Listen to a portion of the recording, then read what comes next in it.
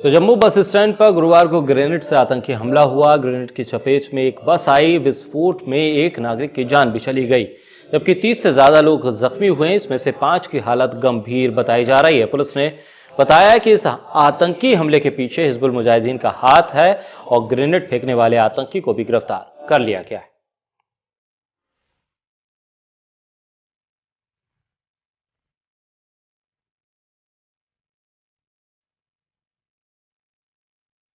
गुरुवार की सुबह देश के लिए बुरी खबर लेकर आई है।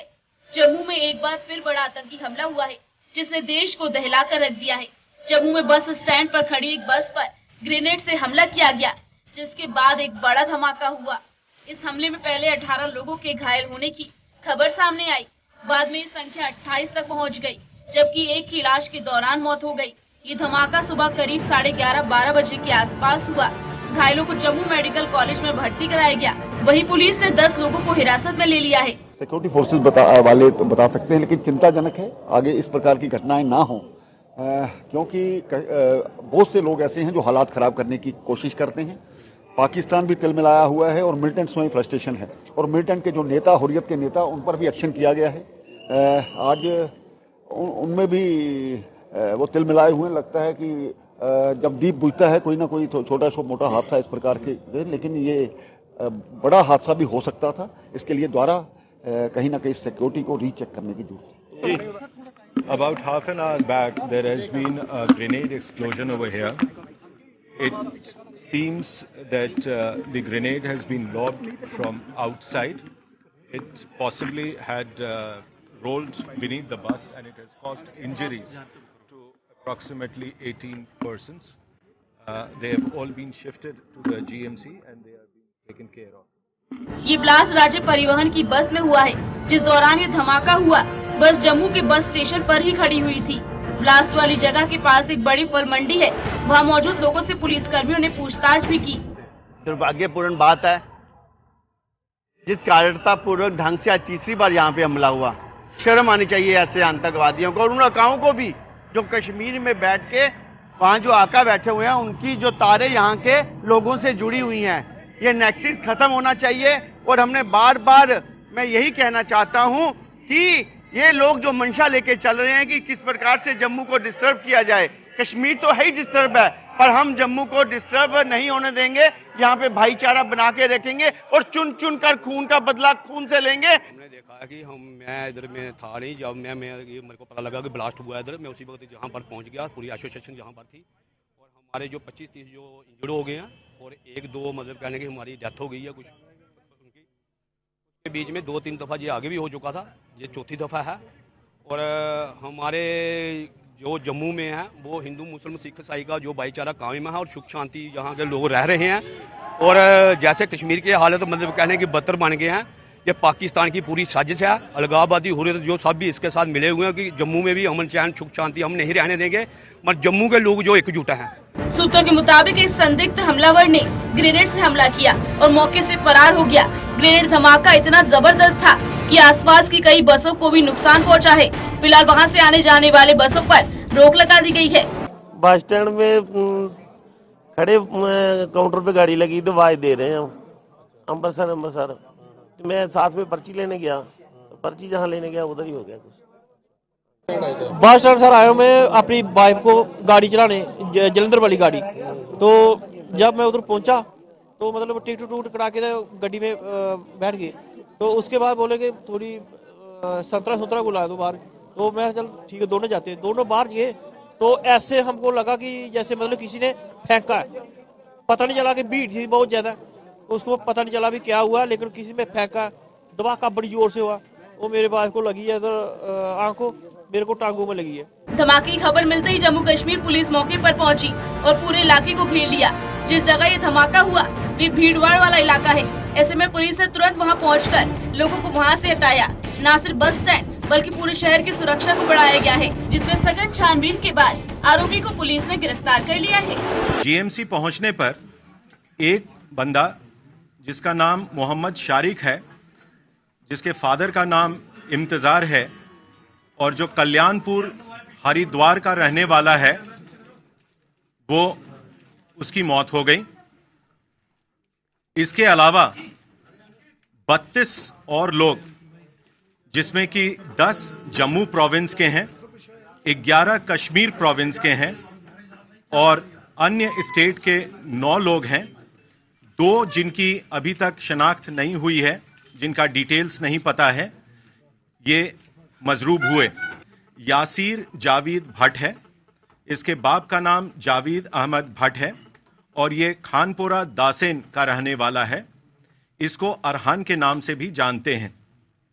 इसने अपने प्रिलिमिनरी इंटेरोगेशन में अपने जुर्म को कबूल किया और इसने ये भी बताया कि इसको इस काम को सरंजाम देने के लिए फारूक अहमद भट्ट एलियस उमर, जो कि डिस्ट्रिक्ट कुलगाम का एचएम कमांडर है, उसने टास्क किया था और उसी ने इसको ग्रेनेड भी मुहैया कराया था। जम्मू मुख्य बस स्टैंड में पिछले 10 महीनों में ये तीसरा बड़ा ग्रेनेड हमला है। इससे पहले 28 दिसंबर 2018 में मुख्य बस स्टैंड के गुम्मट बाजार वाले प्रवेश द्वार पर हमला किया गया था। इसमें 4 लोग घायल हुए थे। उससे पहले उसी साल जून में भी आतंकवादियों ने बीसी रोड स्थित बस स्टैंड के प्रवेश द्वार पर खड़ी पुलिस की फ्लाइंग स्क्वाड को निशाना बनाते हुए फ्लाईओवर से ग्रेनेड फेंका था, जिसमें 8 लोग घायल हो गए थे। National desk, total news. तो राफेल डील को लेकर कांग्रेस अध्यक्ष राहुल गांधी ने गुरुवार को फिर सीधे प्रधानमंत्री नरेंद्र मोदी पर निशाने पर लिया। दिल्ली में प्रेस कॉन्फ्रेंस करते हुए राहुल गांधी ने डील में प्रधानमंत्री के दखल का आरोप लगाते हुए आपराधिक जांच की मांग की। कांग्रेस अध्यक्ष राहुल गांधी ने राफेल डील से जुड़ी गायब फाइल को लेकर प्रधानमंत्री नरेंद्र मोदी पर बड़ा हमला बोला। कांग्रेस मुख्यालय में प्रेस कॉन्फ्रेंस करते हुए राहुल गांधी ने राफेल से जुड़ी गायब फाइल का हवाला देकर प्रधानमंत्री पर भी जांच करने की मांग की, एफआईआर दर्ज करने की मांग की। हालांकि जवाब में बीजेपी ने राहुल गांधी के आरोप नकार दिए और कहा कि राहुल गांधी लगातार झूठ बोल रहे हैं। कांग्रेस अध्यक्ष राहुल गांधी ने आज दिल्ली कांग्रेस मुख्यालय में प्रेस कॉन्फ्रेंस की। इस प्रेस कॉन्फ्रेंस में कांग्रेस अध्यक्ष ने राफेल डील की फाइल चोरी होने पर प्रधानमंत्री नरेंद्र मोदी को निशाने पर लिया। कांग्रेस अध्यक्ष ने राफेल डील में 30,000 करोड़ के घोटाले का आरोप लगाते हुए कहा कि जिन्होंने फाइल गायब की उन पर कार्रवाई हो, लेकिन प्रधानमंत्री पर भी कार्रवाई होनी चाहिए। अपनी प्रेस कॉन्फ्रेंस की शुरुआत करते हुए कांग्रेस अध्यक्ष राहुल गांधी ने तंज कसते हुए कहा कि इस सरकार में सब कुछ गायब हो रहा है। राहुल गांधी ने आरोप लगाया कि फाइल से सीधे प्रधानमंत्री नरेंद्र मोदी का भ्रष्टाचार जुड़ा है और उन पर कार्रवाई होनी चाहिए। एक नई लाइन निकली है, गायब हो गया। 2 करोड़ युवाओं का रोजगार गायब हो गया। किसानों को सही दाम गायब हो गया।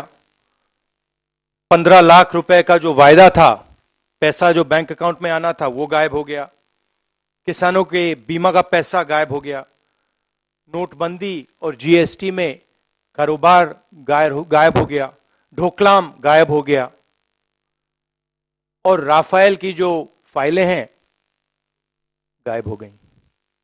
कांग्रेस अध्यक्ष ने राफेल डील में घोटाले का आरोप लगाते हुए कहा कि 30,000 करोड़ रुपए का जो घोटाला हुआ उसकी फाइल गायब हो गई। राहुल गांधी ने कहा, सरकार का एक ही काम है कि जो चौकीदार है उसको बचा कर रखिए। आप यानी सरकार कानूनी तौर पर फाइल चोरी में जो करना चाहते हैं करिए, लेकिन न्याय सबके लिए समान होना चाहिए। राफेल की जो फाइलें हैं गायब हो गई, मगर जिसने 30,000 करोड़ रुपए का घोटाला किया है, जिसके बारे में फाइल में साफ लिखा है कि पैरेलल नेगोशिएशन हो रहा था, उनके बारे में कोई इन्वेस्टिगेशन नहीं होगा। बेसिक आइडिया है कि किसी चीज को भी मड़ोड़कर बदलकर नरेंद्र मोदी जी का बचाव करना है। कोई भी इंस्टीट्यूशन हो, सरकार का सिर्फ एक काम है कि जो चौकीदार है उसको मतलब बचा के रखना। राहुल गांधी ने आरोप लगाया कि इस कागज में साफ लिखा है कि प्रधानमंत्री नेगोशिएशन कर रहे थे, कागजों पर कार्रवाई करें, लेकिन जिनका नाम कागज पर आ रहा है उन पर भी कार्रवाई होनी चाहिए। इस पूरे मामले को लेकर हमलावर राहुल गांधी ने प्रधानमंत्री पर एफआईआर दर्ज कर कार्रवाई की मांग की। कांग्रेस अध्यक्ष ने कहा, इस देश में जो भी पीएम मोदी का विरोध करता है उस पर कार्रवाई होती है। पीएमओ का मतलब आज केवल और केवल प्रधानमंत्री नरेंद्र मोदी है। प्रेस कॉन्फ्रेंस के दौरान कांग्रेस अध्यक्ष राहुल गांधी से कई सवाल पूछे गए। इसमें पुलवामा आतंकी हमले के बाद इस पर हो रही राजनीतिक बयानबाजी से जुड़े सवाल भी थे। इस पर राहुल गांधी ने कहा कि पठानकोट आतंकी हमले की जांच के लिए पाकिस्तान की खुफिया एजेंसी आईएसआई को बुलाने वाले पीएम मोदी पाकिस्तान के पोस्टर बॉय हैं। राहुल गांधी ने आरोप लगाया कि प्रधानमंत्री ने पठानकोट हमले के बाद जांच के लिए आईएसआई को बुलाया। वो नवाज शरीफ के यहाँ शादी में गए, वो नवाज शरीफ के गले मिलते हैं, नवाज शरीफ को अपने शपथ ग्रहण में बुलाते हैं, ड्रामा करते हैं, तो क्या हम पोस्टर बॉय हैं? प्रधानमंत्री पाकिस्तान के पोस्टर बॉय हैं, ये आरोप लगाते हुए राहुल गांधी ने हमला किया। अपनी प्रेस कॉन्फ्रेंस में राहुल गांधी ने पुलवामा में आतंकी हमले के बाद कांग्रेस नेताओं द्वारा एयर स्ट्राइक के सबूत मांगने के सवाल पर यह जवाब दिया कि मैं इस मुद्दे पर ज्यादा कुछ नहीं बोलना चाहता हूं। लेकिन राहुल गांधी ने कहा कि सीआरपीएफ के शहीदों के परिवार ने इस मुद्दे को उठाया है। उनका कहना है कि वो बहुत दर्द में हैं और देखना चाहते हैं कि क्या कार्रवाई हुई है। इधर राहुल गांधी के इस हमले के बाद बीजेपी ने पलटवार किया। बीजेपी के वरिष्ठ नेता और केंद्रीय मंत्री रविशंकर प्रसाद ने कहा कि राहुल गांधी कितना राग अलापेंगे, किसकी बात सुनेंगे। वो एयरफोर्स की नहीं मानते, वो सुप्रीम कोर्ट की भी नहीं मानते, वो सीएजी को नहीं मानते, तो क्या राहुल गांधी को पाकिस्तान से सर्टिफिकेट चाहिए? राहुल जी, पाकिस्तान का सर्टिफिकेट आपको खुद लाना होगा। रविशंकर प्रसाद ने कहा कि वैसे भी इन दिनों पाकिस्तान में राहुल गांधी और उनकी पार्टी के नेताओं की चर्चा खूब हो रही है। कानून मंत्री ने यह भी कहा कि ये बिल्कुल बेबुनियाद और शर्मिंदगी भरा आरोप है। राहुल गांधी देश की सुरक्षा के साथ खिलवाड़ करना बंद करें। सुप्रीम कोर्ट ने उसमें कोई गड़बड़ी नहीं पाया, कोई कमर्शियल इम्प्रोप्राइटी नहीं पाया, सीएजी ने उसको ठीक ठाक पाया। राहुल गांधी कितना राग अलापेंगे, किसकी बात सुनेंगे? वो एयरफोर्स की नहीं मानते, वो सुप्रीम कोर्ट की नहीं मानते, वो सीएजी की नहीं मानते, तो क्या अब राहुल गांधी को पाकिस्तान से सर्टिफिकेट चाहिए? तो राहुल गांधी जी, पाकिस्तान का सर्टिफिकेट आपको खुद लाना पड़ेगा, उसमें हम आपकी मदद नहीं कर सकते। वैसे भी आजकल पाकिस्तान में ही राहुल गांधी की चर्चा अधिक हो रही है और उनकी पार्टी के नेताओं की। ये बिल्कुल बेबुनियाद शर्मिंदगी भरा आरोप है।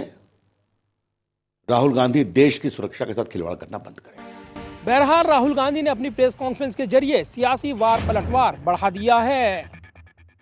पाकिस्तान पर एयर स्ट्राइक के बाद से ही राफेल डील का मुद्दा एक बार फिर चर्चा में आ गया और प्रधानमंत्री नरेंद्र मोदी ने अपनी चुनावी रैलियों में राफेल डील का जिक्र करते हुए कांग्रेस को निशाने पर लिया, ये कहते हुए कि अगर भारत के पास राफेल होता तो परिणाम कुछ और होता। लिहाजा राफेल डील को लेकर जैसे ही फाइल गायब होने की खबर आई, उसके बाद सरकार ने कहा कि ये ऑफिशियल सीक्रेट एक्ट के उल्लंघन का मामला बनता है, एफआईआर दर्ज होगी। और अब इसको लेकर प्रधानमंत्री नरेंद्र मोदी पर हमलावर राहुल गांधी सवाल खड़े कर रहे हैं कि अगर फाइल चोरी हुई है, फाइल गायब हुई है, अगर जांच होती है तो सबसे पहले पीएमओ यानी प्रधानमंत्री पर होनी चाहिए और इसके बाद ही जांच आगे बढ़नी चाहिए। चुनावी साल में ये मामला जोर पकड़ने लगा है। कैमरामैन विदय ब्रिज के साथ प्रदीप कुमार, टोटल न्यूज, दिल्ली। तो 200 पॉइंट रोस्टर सिस्टम को लेकर केंद्र सरकार की तरफ से अध्यादेश को लेकर केंद्रीय मंत्री रामविलास पासवान से बात की हमारे संवाददाता ललित नारायण कांडपाल ने। 13 पॉइंट रोस्टर सिस्टम के मुकाबले सरकार ने 200 पॉइंट रोस्टर सिस्टम के अध्यादेश को मंजूरी दे दी है, जिसके बाद माना जा रहा है कि काफी सुधार आने की उम्मीद है। पिछड़ा वर्ग का जो प्रतिनिधित्व नहीं हो पा रहा था, उसे काफी ज्यादा प्रोत्साहन मिलेगा। मेरे साथ बात करने के लिए मौजूद हैं रामविलास पासवान। सर, कितनी स्थिति बदल जाएगी एक तरह से देखा जाए तो? नहीं, काफी बदलेगी। हमने अभी आज के परिस्थिति में यदि बहाली होती है तो आज के परिस्थिति में यदि बहाली प्रोफेसर का बहाली यूनिवर्सिटी वाइज होता है तो उसमें यदि 928 की बहाली होती है तो उसमें 133 क्या कहते हैं कि शेड्यूल कास्ट के लोग प्रोफेसर होंगे। 200 पॉइंट रोस्टर सिस्टम के 200 रोस्टर प्रोफेसर जो अभी हुआ है ऑर्डिनेंस के बाद, और जो 13 पॉइंट्स था जो जजमेंट आया था उसके मुताबिक किया जाता तो केवल 4 आता। एसटी में 58 अभी पुराना जो 200 पॉइंट के अंतर्गत आता, अब 0 आएगा। ओबीसी को 11 था, वो 0 आता। इतना बड़ा अंतर हो रहा है। बिल्कुल सर, एक माना ये जा रहा है कि ठीक चुनाव के मुहाने पर आकर जिस तरह से इसको अध्यादेश की शक्ल दी जा रही है, उसके जरिए माना जा रहा है कि आप चुनाव में इसका फायदा लेना चाह रहे हैं, इसलिए नहीं, अब चुनाव के मौके पर आकर के सुप्रीम कोर्ट जजमेंट दिया है तो हम क्या करेंगे? चुनाव तक वेट करेंगे? भाई चुनाव का अभी जनवरी में जो है 22 जनवरी को जजमेंट आया है, तो 22 जनवरी तो मानते हैं कि just like election is knocking your door. लेकिन जिस तरह से भारत बंद किया गया इस पूरे मामले को लेकर, उसको आप वो तो नाखून कटा करके शहीद बनने की बात थी, उसमें कुछ नहीं था। उसमें हम लोगों ने पहले ही कह दिया था कि भाई क्या कहते हैं कि आज कैबिनेट की जो अगली बैठक होगी बुधवार को या बृहस्पतिवार को, तो उसमें हम लोग ले आएंगे। तो उसके बाद इसलिए वहाँ बिहार वगैरह में कौन नेता शामिल हुए थे, जो तेजस्वी या क्या कहते हैं मांझी या उपेंद्र कुशवाहा, सब लोग घरे में बैठ के ट्वीट कर रहे थे। कोई गया था भारत बंद में? थोड़ के गया था, कोई रोड पर नहीं गया था, उस सबको मालूम था। कुल मिलाकर रामविलास पासवान बता रहे हैं कि इससे काफी ज्यादा बदलाव आएगा और पिछड़े वर्ग को बहुत ज्यादा प्रतिनिधित्व मिलेगा। कैमरा पर्सन सुरवीर के साथ ललित नारायण कांडपाल, टोटल न्यूज। तो वहीं उत्तर प्रदेश की राजधानी लखनऊ में सड़क किनारे ड्राई फ्रूट्स बेच रहे कश्मीरी युवक के साथ मारपीट का मामला सामने आया। युवक को पीटने वाले लोग किसी हिंदुवादी संगठन के बताए गए। आखिर क्यों ये लोग इस युवक को इतनी बुरी तरह से पीट रहे थे, देखिए इस रिपोर्ट में।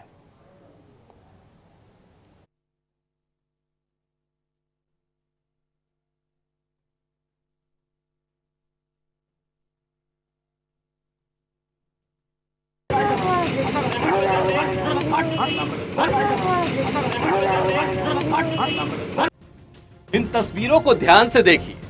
इसमें भगवा कुर्ता पहने कुछ लोग एक युवक को गाली देते हुए उसके साथ डंडे से मारपीट कर रहे हैं। पिटने वाले इस युवक का कसूर सिर्फ इतना है कि वो एक कश्मीरी है। दरअसल कश्मीर के कुलगांव के चिलर नूराबाग का रहने वाला यह युवक लखनऊ के हसनगंज के डालीगंज पुल पर ड्राई फ्रूट्स बेच रहा था। इस बीच कुछ लोग वहां पहुंचकर उसके साथ गाली गलौज करने लगे। उसके साथ मारपीट शुरू कर दी गई। जब स्थानीय लोगों ने इसका विरोध किया तो आरोपी वहां से भाग खड़े हुए, लेकिन वहां मौजूद कुछ लोगों ने इस घटना का वीडियो बना दिया जो सोशल मीडिया पर वायरल होने लगा। वहीं घटना के बाद पीड़ित युवक हसनगंज थाने पहुंचा और आरोपी के खिलाफ केस दर्ज कराया। मामले में जब एसएसपी से बात की गई तो उन्होंने बताया कि कुछ अराजक तत्वों ने कश्मीरी युवक के साथ गाली गलौज और मारपीट की है, जिस पर आरोपियों के खिलाफ धारा 307 के तहत मुकदमा दर्ज कर लिया गया है। मामले की गंभीरता को देखते हुए पुलिस ने एक आरोपी को गिरफ्तार भी कर लिया। पुलिस के मुताबिक गिरफ्तार किया गया आरोपी विश्व हिंदू दल का सदस्य है और उसने पीड़ित युवक पर पत्थरबाजी का आरोप लगाते हुए उसके साथ मारपीट की है। वहीं पुलिस का कहना है कि पकड़े गए आरोपी पर पहले से ही दर्जनों मुकदमे दर्ज हैं। फिलहाल मामले में पुलिस ने आरोपी के खिलाफ सख्त कार्रवाई करने की बात कही है। यहाँ पर डालीगंज पुल जो है हसनगंज में, यहाँ पर कुछ अराजक तत्वों ने एक कश्मीरी युवक को गाली गलौज करते हुए उसको पीटा है। इस संबंध में जब पुलिस को एक सूचना प्राप्त हुई, उसके बाद वहाँ पर जैसे कि पता चला, वहाँ पर स्थानीय लोगों ने उस युवक को वहाँ पर बचाया था। इस संबंध में ही किसी जनता के अलर्ट आदमी ने पुलिस की जो मदद हुई है सोशल मीडिया के जरिए हुई है, जो एक वीडियो उसमें वायरल हुआ, उस वीडियो से पुलिस ने उसकी तुरंत शिनाख्त की। इसकी शिनाख्त जो है बजरंग सोनकर सन ऑफ गुलाब चंद सोनकर, उम्र करीब 35 वर्ष, जो कि डालीगंज क्रॉसिंग पतौरगंज लखनऊ का रहने वाला है, इसके रूप में भी त्वरित 3 टीमें बनाई गई और रातों रात इसकी धरपकड़ कर ली गई। जो अभियुक्त है उसको गिरफ्तार किया गया है। उसके जो साथी अभियुक्त हैं अमर कुमार, जो जैसे कि उसने बताया है, अनिरुद्ध कुमार और हिमांशु गर्ग, इनके लिए धरपकड़ जारी है। उम्मीद है हम इनको जल्दी इनको भी गिरफ्तार कर लेंगे। और एक कड़ा मैसेज हम लोग देना चाहते हैं कि इस तरह की कोई भी अराजकता है वो बर्दाश्त नहीं की जाए। कश्मीरी युवक के साथ मारपीट का ये मामला तेजी से सोशल मीडिया पर वायरल हुआ, जिस पर लोग दुख जाहिर कर रहे हैं। पुलवामा हमले को लेकर देश में पहले से ही तनाव की स्थिति बनी है। ऐसे में कश्मीरी युवक के साथ मारपीट का ये मामला देश में और तनाव पैदा कर सकता है। फिलहाल पुलिस मामले को गंभीरता से लेते हुए इस घटना से जुड़े दूसरे आरोपी की भी तलाश में जुटी है। टोटल न्यूज के लिए लखनऊ से रोहित गुप्ता की रिपोर्ट। तो वहीं लोकसभा चुनाव के मद्देनजर कांग्रेस चुनावी अभियान में जुटी है। यानी कांग्रेस अध्यक्ष राहुल गांधी ने पंजाब और हिमाचल में रैलियों को संबोधित किया। मोदी सरकार पर जमकर हमला बोला।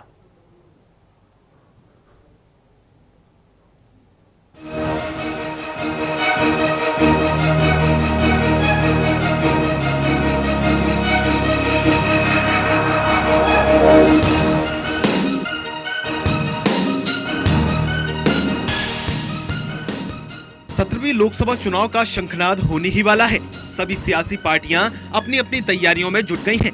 बीजेपी और कांग्रेस नेता लगातार रैली और सभाएं कर रहे हैं। बीजेपी की कमान पीएम मोदी और अमित शाह ने संभाल रखी है, तो वहीं दूसरी तरफ कांग्रेस के लिए चुनाव प्रचार में खुद कांग्रेस अध्यक्ष राहुल गांधी उतर गए हैं। यानी देश के दोनों बड़ी पार्टियां चुनाव का शंखनाद होने से पहले ही अपनी अपनी कमर कस चुकी हैं। पीएम मोदी, अमित शाह और राहुल गांधी लगातार देश के अलग अलग हिस्सों में दौरे कर रहे हैं। गुरुवार को कांग्रेस अध्यक्ष राहुल गांधी ने पंजाब और हिमाचल प्रदेश में रैलियों को संबोधित किया, तो दूसरी तरफ बीजेपी अध्यक्ष अमित शाह ने छत्तीसगढ़ और मध्य प्रदेश का दौरा किया। राहुल ने जनसभा को संबोधित करते हुए केंद्र सरकार पर जमकर हमला बोला। राहुल गांधी ने पुलवामा हमले के लिए पीएम मोदी पर राजनीतिक करने का आरोप लगाया। राहुल ने कहा कि पुलवामा हमले के बाद कांग्रेस ने प्रेस कॉन्फ्रेंस कर पाकिस्तान के खिलाफ कार्रवाई करने के लिए सरकार और भारतीय वायुसेना के साथ खड़े होने का भरोसा दिया था, लेकिन बीजेपी और प्रधानमंत्री नरेंद्र मोदी इस पर राजनीति कर रहे हैं। और जब पाकिस्तान के साथ एक्शन हो रहा था तो मैंने एकदम प्रेस कॉन्फ्रेंस किया और मैंने कहा, देखिए, कांग्रेस पार्टी और उसके सब नेता और कार्यकर्ता वायुसेना और सरकार के साथ खड़े हैं। हम इस मामले को पॉलिटिसाइज नहीं करने जा रहे, हमने साफ कह दिया। और आपने देखा होगा कि कांग्रेस पार्टी के एक नेता ने उन 7-8 दिनों में एक शब्द नहीं कहा। मगर दुख की बात है कि जब पूरा का पूरा विपक्ष सरकार के साथ खड़ा था, पाकिस्तान के साथ लड़ाई हो रही है और हमारे प्रधानमंत्री उस मामले का पॉलिटिसाइजेशन कर रहे हैं। साथ ही राहुल गांधी ने कहा है कि कांग्रेस की सरकार बनी तो अर्धसैनिक बलों के जवानों को भी शहीदों का दर्जा मिलेगा। इस दौरान उन्होंने पीएम नरेंद्र मोदी पर भी जमकर हमला बोला। उन्होंने कहा कि यह दुखद है कि जब अर्धसैनिक बलों का कोई शहीद होता है तो उसे शहीद का दर्जा नहीं मिलता है। ऐसा नहीं होना चाहिए कि केवल सीआरपीएफ या बीएसएफ को शहीद का दर्जा न मिले। जब हमारी सरकार आएगी, अगर कोई जवान ड्यूटी के दौरान शहीद होता है तो उसे शहीद का दर्जा मिलेगा। और दुख की बात है कि जब पैरामिलिट्री का कोई व्यक्ति शहीद होता है तो उसे शहीद का स्टेटस नहीं मिलता है। मुझे लगता है कि चाहे वो पैरामिलिट्री का हो, चाहे वो सेना का हो, नेवी का हो, एयरफोर्स का हो, अगर वो देश के लिए अपनी जान देता है तो उसे शहीद का स्टेटस मिलना चाहिए। ये नहीं होना चाहिए कि सिर्फ सीआरपीएफ के लोगों को, बीएसएफ के लोगों को शहीद का स्टेटस ना मिले। तो हमने निर्णय ले लिया है कि 2019 में जैसे ही हमारी सरकार आएगी, चाहे वो किसी भी पैरामिलिट्री फोर्स का व्यक्ति हो, अगर वो देश की रक्षा में शहीद हुआ है तो उसको शहीद का स्टेटस मिलेगा। राहुल ने अपनी रैली में नोटबंदी और काले धन का मामला भी उठाया। राहुल ने कहा कि सरकार की नीतियों से आम लोग प्रभावित हुए हैं। इनसे बड़े उद्योगपतियों को फायदा हुआ है, जबकि छोटे कारोबारी प्रभावित हुए हैं। जाहिर है चुनाव का मौसम बस आने ही वाला है। ऐसे में हर पार्टी का बड़ा नेता विपक्षी नेताओं और दल पर कटाक्ष और वादों से लोगों का विश्वास जीतने की जुगत में लगा है। National desk.